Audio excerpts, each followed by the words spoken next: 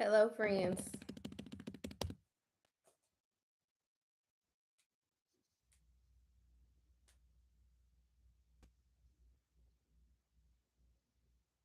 What? Look at God. Yes. Yes. I just did that earlier too. I gotta go back and redo it. I would just like to tell y'all that Alabama weather, we do not have seasons. It was literally just freezing on Sunday, like temperature in the teens. And then today, now mind you, I keep a fleece sweatsuit on during this time of the year. All of a sudden, it's 60 degrees outside and we're under a tornado watch. So it just started storming.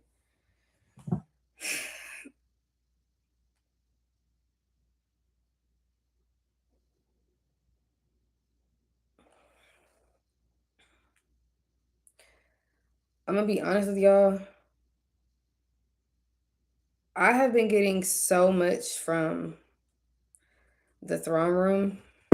Hey, girly. I've been getting so much from the throne room. I feel like I have to start back writing stuff down because for the last 2 weeks, if I didn't write it down, I forgot it. And that upsets me.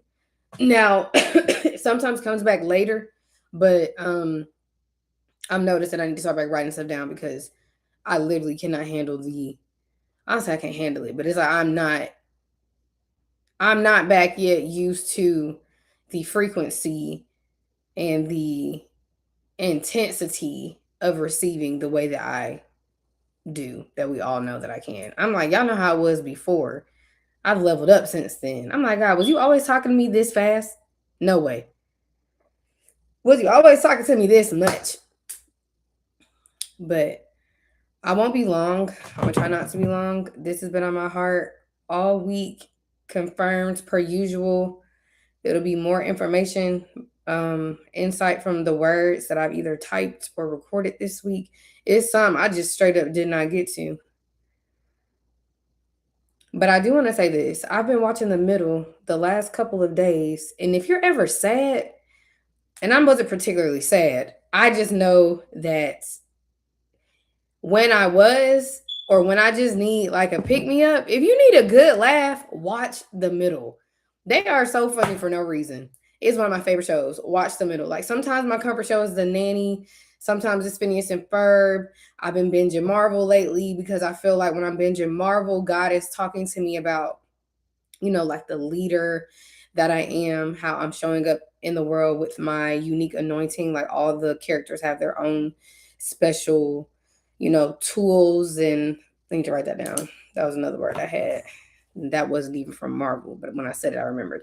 But they got their own special tools and suits and powers. You know what I'm saying? Like he be like, nah, because you Megan Michelle. That may not be a Marvel character, but when I get to binge Marvel, that's what he's showing me. Like you your own person with your own strengths and abilities. But many were in here because that's what I'm about to write now. We be mad when we got the tools for it. They don't. You have the tools. You are equipped for the job. They are not. And you're mad at them when they don't have the tools, nor are they equipped to do the job. And now you mad when you have the tools and you are equipped to do the job. But when I was watching, we're gonna start it with this. When I was watching The Middle, hey, yay! I'm so happy you made it. Oh, you're good. I was writing stuff down, but it wasn't I mean, I could probably email you, but this will help because it'll tie in. Um Earlier this year, and I've been honest with y'all, I told y'all I had a angel at work. I still consider him my angel. Love him. God knew I needed him in this season of my life. He knew I needed him when I was going through all that turmoil with those folks at work. He knew I needed him when I was going through the turmoil with my family, and work was a safe space. Who thought that was ever going to happen? Not Megan. But I just will never forget this. I walked down one day. I was going through it. He used to give me random notes. Like God told me to give you this. Maybe stuff that I really needed. Like he was like an angel to me. And one day he was just like, Megan, it's really not fair. And that is something that has stuck. That is something that has stuck with me since then. But it's also been humbling me because I don't think everybody gets those compliments. That is a compliment, and I don't think everybody is told that in this life. And majority of the time, when you are somebody and it's like that for you, you are around people who will never tell you that. All they're going to do is mistreat you. All they're going to do is make sure you think you are not exactly who you are. And so I feel like I was getting to a point in my life, and God really was like, no, you need to know who you are. So I made those different videos for y'all, whatever month that was. Like, it's not fair. You naturally have it going on. You do, though. You do. And so that's why people are always treating you the way that they treat you. They don't want you to know how unfair it really is. Like, you really look like that. That's you, like, step one, humans and they superficial level of living and being automatically mad because that's how you look. But also even stuff that they can't discern, you have that going on.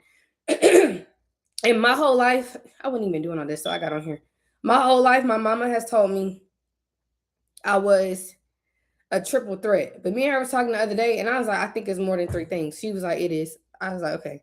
But she was just saying that growing up because I could sing. I wouldn't say I'm the best dancer. I've never thought I was the best dancer. And I joked on Twitter before, like, yeah, had God gave me the ability to like dance, it'd be over for you all, right? But like I was a cheerleader, so it was different.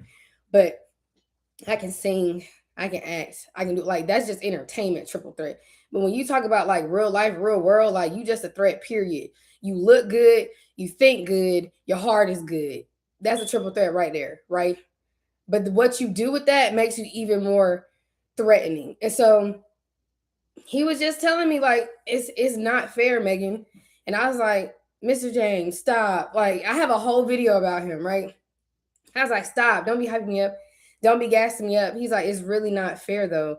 And like I said, that was something I needed for a confidence booster in that moment of my life. But it's something that's been keeping me humble because if we're being honest, I only know what it feels like to be me. So sometimes when I get really worked up about certain things, God humbles me in that moment because I'm like, now, Kiki, was I just coughing like this or no? Because I wasn't. God will humble me in that moment and remind me of that. I only know what it feels like to be myself.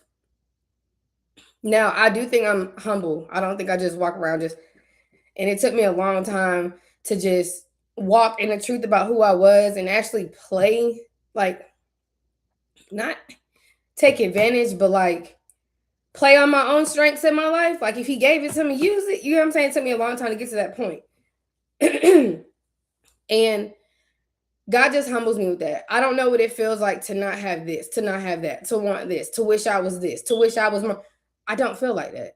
If I wish I knew how to dance. And even then, I got a small level of being able to dance. You get what I'm saying? That's the only thing I can think of. That's the only thing I can think of. I say that humbly. I wish I would have been more tough, you know. Okay, I wish I could fight. I wish I knew for certain I could fight, but I don't really want to put that into practice at 31. You get what I'm saying? But there's nothing that I just, oh, I wish. I don't have that feeling. So that keeps me humble. And I don't know if just because I'm so content with who I am in my life, which I want to say is that. I really do want to say is that. But I also don't know. And my mom, she had told me once, and I told her I didn't think it was funny. She was like, if you weren't my daughter, I probably wouldn't like you. And I was like, what in the world? Why would you say that? But then some days, and I think there's a song and somebody wrote that, like, would I like me if I wasn't me? If I wasn't a blessed young girl, young woman, would I like me? You get what I'm saying? Or would I be a hater like everybody else? I don't know because I've never been on that side of that. I've only been Megan. I don't know what that feels like. I don't want to know what it feels like. I went all this while not knowing what it feels like. I don't want to start knowing what it feels like now. You get what I'm saying? So Mr. James really blessed me with that. Now, I had some real moments with him. Y'all pray for him. He is the sweetest man I've ever met in my life. I had some real moments with him. And I remember one day he was like, I know God is real. And people like you and my other, I'd say little brother at work, he ain't really like my little brother though. That's the homie. But he was like, I know when I interact with people like y'all, I know God is real. And again, humble. You don't hear stuff like that and you just become prideful and haughty. To think about how you are impacting somebody's life for them to say that to you. And again, most of us, we're going to be surrounded by people and they are never going to tell you anything like that. They're not going to say nothing like that. They're going to treat you with a bunch of hate and disdain because this stuff is still true. They know you got it going on. They feel God in you, but they are never going to like purely tell you nothing like that. And something he always told us, because it wasn't just me. Like, I know I'm not the only person. It wasn't just me, but it's few of us in that office that make him feel like that. Do you get what I'm saying? So with the little bro, I remember he would always say, like, if I could just pick people to be my kids, like, it would be y'all. Now, hear me. I'm telling y'all, this man feels like a literal angel to me. Angel. Like, who sent him down here? And you know it's God. So it's somebody telling me they know God is real because they know me and how I am. Now I know God is real because he put you here with me. You get what I'm saying? And it's going to be those type of people who tell you those type of things. So I'm the type of person, I'll tell somebody else that. But I'm around people who wouldn't say that. But I'm also the person that gets that compliment from those who are also pure in heart. So something I said earlier, the people who receive me the most, the best, those are the most pure people in the world. The people who reject me the most, hate me the most, are not as pure. And that's really what makes the most sense. It doesn't matter if we're talking about romantic, friendship, family. Like, the people that show me the most love got the purest hearts. They're not threatened by me. They're not intimidated by me. They're not scared that being around me going to expose what they got going on, because that's half the problem, right? Let me drink this water. But it's going to be other pure people. But you always say that. Like, I wish y'all was my daughter, my son, whatever. Like, if I could just, it would be y'all. That means a lot. Y'all, it's people who wish, and I'm saying this week too. It's so crazy how things be working out. It's people who wish they had kids that were respectful, that believed in God, that were ambitious, that, made people like proud, like give your parents a legitimate reason to brag on you. It's people who wish they had kids like that. Like, I don't have to force them to go to church. I don't have to force them to foster a relationship with the Lord. You know what I'm saying? It's people wishing that. And then you got people wishing they had parents who didn't hate them because of that. Is that not crazy? I'm so sick of this.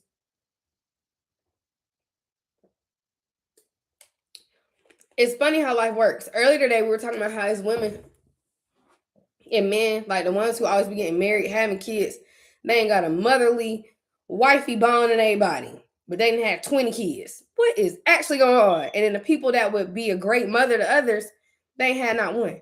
I was talking to a girl who is much like me, and that's what I'm saying. I like, in this season of my life, I gotta be around people that's like me. I was like, you know what? All the women I know, and they get the "you're gonna be such a good mom" compliment, right? None of us have kids yet. What is that about? What is that about? I think it's funny how life works, but I think it proves how God puts us in places to where, like, no, actually, your bloodline was so jacked up in this area. I'm gonna make sure you're not, and I'm gonna put you right there. That's what I'm gonna do. Like, that's what it feels like, and it's for a reason. Now, you got some people, and they humble themselves, they submit, the bloodline is evolving. It's like, man, your whole family lit. That's my goal. That is my goal.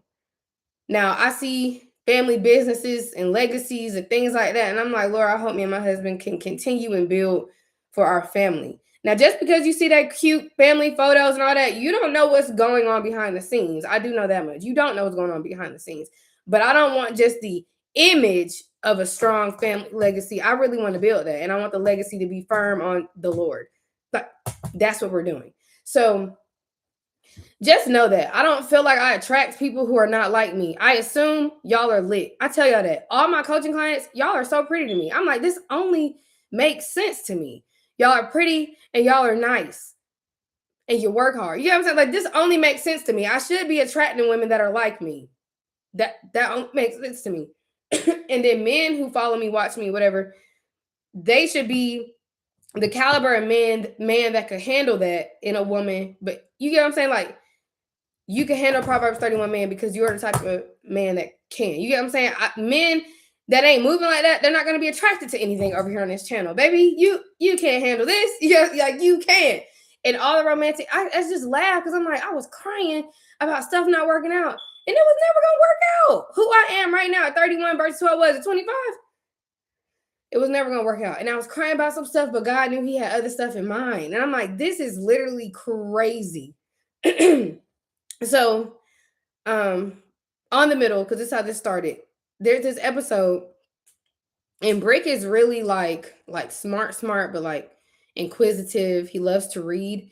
And it's an episode and he's reading the Bible and he's freaking out because he's like, y'all weren't gonna tell me the church is based on a book. And the mama was like, I thought you knew that. I thought that was understood. And he was like, I didn't know. So he reading through the Bible like it ain't nothing. Like Brick always reading a big heavy book. Like that's how he is in the show. He's asking all these questions and he's struggling with it because he don't understand like the miracle aspect of everything. Like that don't logically make sense. Like the two things he talked about in particular was the burning bush and the parting of the Red Sea. And that was a miracle, Brick. Like you're not gonna be able to just understand that like that. And he asked Axel, his older brother, like, do you believe in God? And he was like, do I believe in God? Of course I believe in God. Do you see me? Who created this? And I was like, okay. So that was kind of prideful in his delivery, but it made me think about what the man at work told me and how I feel about other people. I know God real because I know some humans that's like, are you real?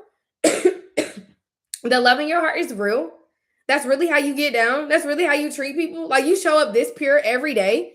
I know people like that. So if you know people like that and it amazes you and you like, oh my gosh, because Axel was talking about like the cool factor. Like I'm just cool. And that's the thing too. We lit. I had been said that. The cool prophets. I've been said that. People like you really exist. Yes, we do.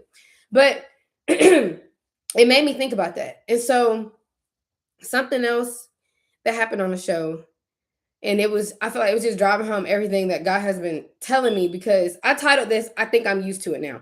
Y'all, I really do. I do. It's been years of me like, I don't know if I'm ever going to get used to this amount of hate, but sadly, I believe that I've gotten used to it. How that live the other week really threw me off, but how I responded also threw me off and made me proud. Like I got a glimpse of some of what people were saying. And one of the first crazy comments, somebody was being downright racist. But in my mind, I was like, hey, I had racist teachers in ninth grade. I had boys calling me, older white boys calling me the N-word when I was in ninth grade. I think I can handle this. You get what I'm saying? Like you in the screen. Like what you finna do to me? They was acting like that's finna do something to me and calling me the N-word. You know what I'm saying? Like, pretty sure I can handle that. I've dealt with this. I've dealt with racism in all types of capacities. I had a racist teacher fail his class at Auburn. Like, you're not the first one that's gonna call me the N-word. And sadly, you're probably not the last. You get what I'm saying? And that's kind of where I've gotten in life. And it was so crazy because I was telling my mom something this week, and she was like, Megan, that's not gonna be the first person that hates you, and they're not gonna be the last. And I was laughing, and I was like, baby, I already told myself that in the mirror this week. Like, we getting used to it, right? And you have to, even with what I'm dealing with at work. And I was telling y'all, like, this ain't my first rodeo. I want to tell girls that so bad. If you knew what I went through in college, you don't scare me. You ain't the first jealous hoe. And I said it just like that on purpose. You ain't the first jealous one, and you ain't gonna be the last one. I know that. And even in the Bible, when you talk about that, Jezebel is referred to as a whore. So when I get turned up, no, that is how I'm talking. Because that's what you are. You and all your little, and your queendom of whoredom and what you got going on. You're not the first jealous one, and you're not going to be the last jealous one. I got to get used to that. You're not going to be the first weak man coming over here trying to humble me. I done dated at least 5. So somebody on the internet feeling like that, baby, I've dated one. I've slept with one. They was trying to trap me and they hated me. You're not going to be the first, and you're probably not going to be the last.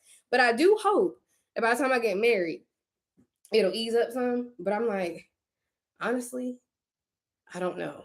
But even if it doesn't, it's okay. Like, I really do think I'm getting used to it. That's why I can pray for people different. That's why I could say that on the lives. Like, even for the people that was on here talking to me crazy, I hope God bless you too. For real. Because that's just the type of person I am. My mom texted today and she was like, I'm positive Megan be praying for so-and-so and so-and-so. And I do. And so-and-so and so-and-so then did me scandalous. And at the end of the day, I'm praying sincerely for them. And that was a short that I was supposed to make for y'all when I made the video. And I was like, I wouldn't trade. Like, I wouldn't, God, I'm going to trade you so I don't get hated. I would never do that. I'm not switching up. That was a short I was supposed to make, y'all. Our hearts are truly different. God sees how people do their best to break your heart, and you come home and you cover in theirs. He's seen that. He's seen all those nights, all those moments. He's seen how them folks was ganging up on you, right? Making fun of you, trying to leave you out, exclude you, lying on you. He saw that and how you went home and you covered them. Don't think for 5 seconds God didn't see that and you don't have a reward for that. Even if the reward isn't, monetary or tangible, something you can see, something that you can like put your hands on. It may not be that, but you have a reward for that heart that you have. And that heart that you have, like that's priceless. You can't, no. Mm-mm. And I thank God I'm me. I would much rather be the person that's getting the hatred, but I got the good heart at the end of the day, than the person who can't get a grip and they're spewing hatred on other people. I don't want to be that person. I've never wanted to be that person. I don't want to be that person. God sees your heart. Them other people see your heart. So that was one thing I was gonna tell y'all tonight. Sometimes that makes it worse. So I spent my whole life being so good to people, being so nice to people. Maybe if I run up behind them, maybe if I show them more love, maybe if I'm more this, maybe if I volunteer to put more on my plate and take off their plate, maybe if I this, and you wonder why they still treat you like trash, because the nicer you were, the more they hated you. That's how you got to know what you're dealing with. You was never going to earn respect or anything from somebody whose demons in them hate the God in you. That's never how it works. I ain't got to do none of that with people like them pure people, like the man at work that I was talking about. I ain't never had to do that.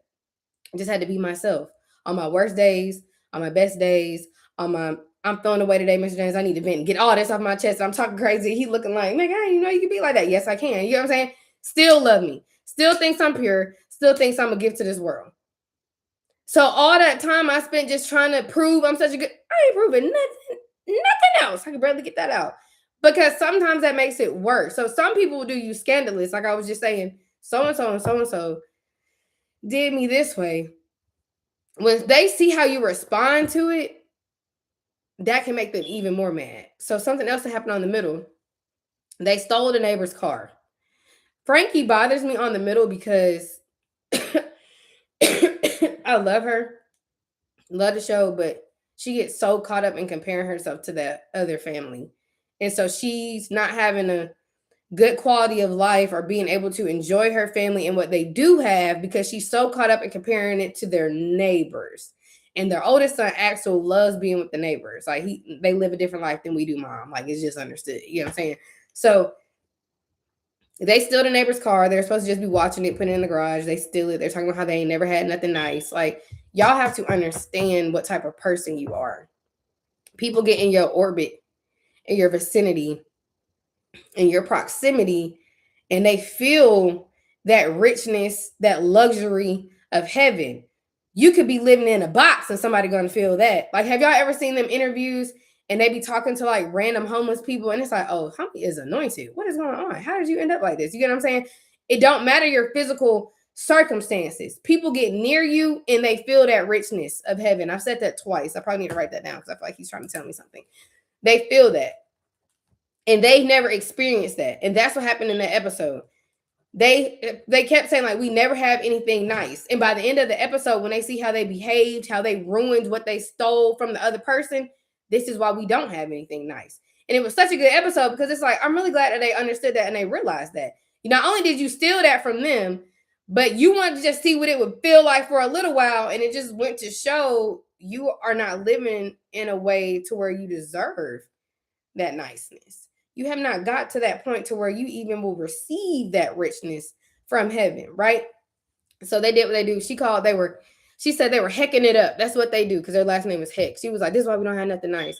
So when the neighbors got back, they told on themselves and they were expecting them to be very, very mad because had it been the other way around, don't you think they would have been mad? And that's what I'm understanding this year. Like people be knowing had you did them how they did you, their reaction wouldn't have been your reaction. Had I talked to you how you talked to me, because the moment I did talk to you how you talked to me, it was a big problem. But you could do that for years. But when I did it, end of the world, right? But when you was doing it, it wasn't nothing. Oh, okay. Which I need to talk about that documentary that I watched this year too, because that's important too. But I don't remember the name of it.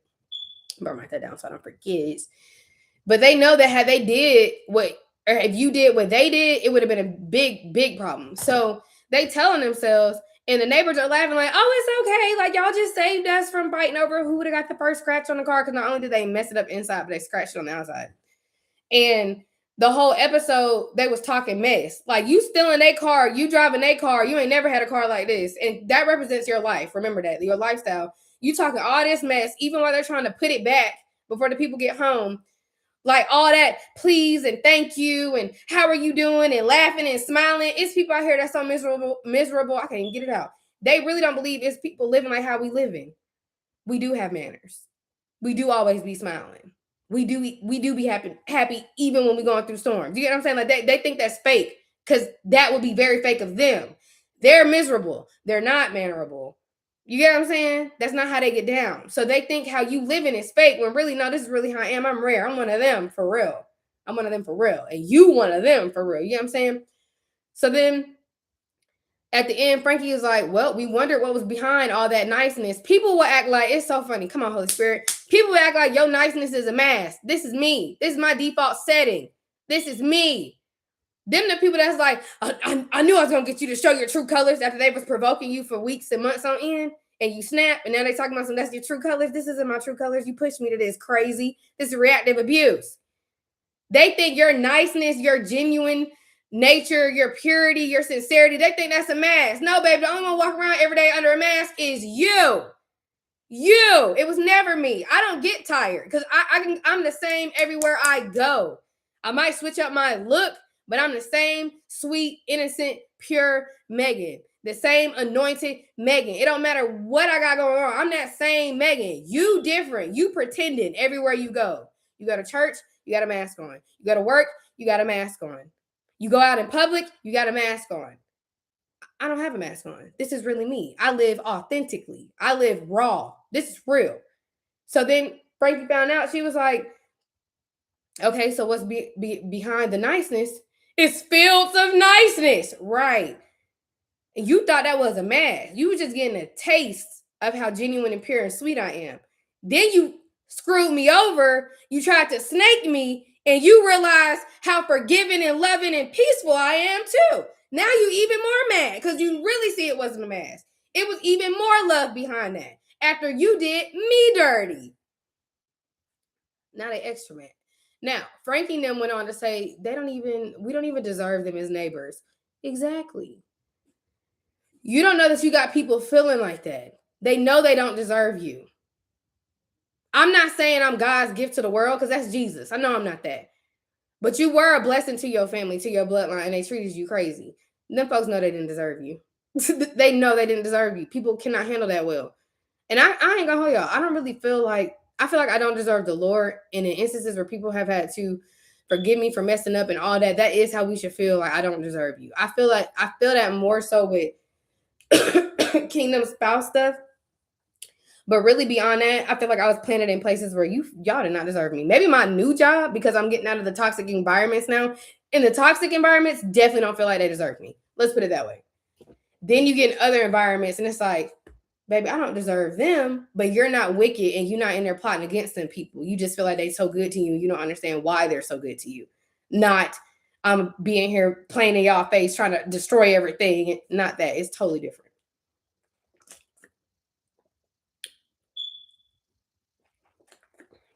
I'm hot. Why y'all be letting me get in front of this light with fleece? Hey y'all, I'm glad you're feeling it. It's hot. So is it just hot? Is it the Holy Spirit?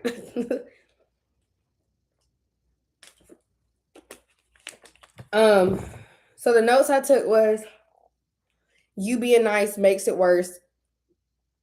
And like I said, that's you 24/7. That neighbor, I can't think of not one episode I've seen, and that neighbor is not her sweet, bubbly, thoughtful, considerate self. And if she do snap, Frankie had to have her messed up.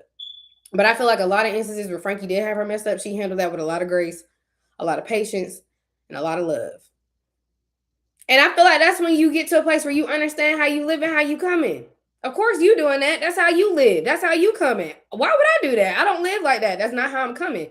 That's the point I'm getting to. I'm so sorry, y'all. That sounds so gross. Okay. You being nice makes it worse. You being spiritually discerning makes it worse. Right. Because you thought I was just pretty and sweet. Wait until you find out the Lord shows me your heart posture. Now it's really a problem, right? Wait until you find out I have dreams. Wait until you find out you thought you was faking it over here and me with that mask on, but God let me see straight through it. Wait until they find that out. That makes it worse because now they can't even play in your face because you can't play in God's face. And if I'm really God's child, which you're about to find out, now you're gonna see how you couldn't really play in my face. Now you're about to see how I knew you was a snake the last 5-10 years, and I just didn't say nothing. I kept giving you a pass. And then one day God said I didn't have to give you a pass no more. Now you're really mad because you thought I was pretty and sweet and stupid, and it was never that. Never. You get what I'm saying? Wait till you find out I knew everything you were saying, and I wasn't even in the room. I know what the messages said. I know what the email said. I know what you said on the phone call. Wait till you find that out. Ask me how I know because God knows. They're going to be really mad then. People think they getting away with stuff they was never getting away with. Oh, you thought I didn't know you did that witchcraft? I did. But me being me and having the heart that I have, I prayed for you. And I prayed for your children because I knew what type of seeds you was sowing over here in my life. And God is going to remember what you were sowing over here in my life. So I prayed for your innocent children that lives wouldn't be turned upside down because you was trying to ruin my life, destroy me with witchcraft. Y'all, might be a tornado outside. Would they tell me? Y'all pray for me. Hold on. If I get off, I'll be back. Hold on, y'all. I know y'all hear that. Hold on.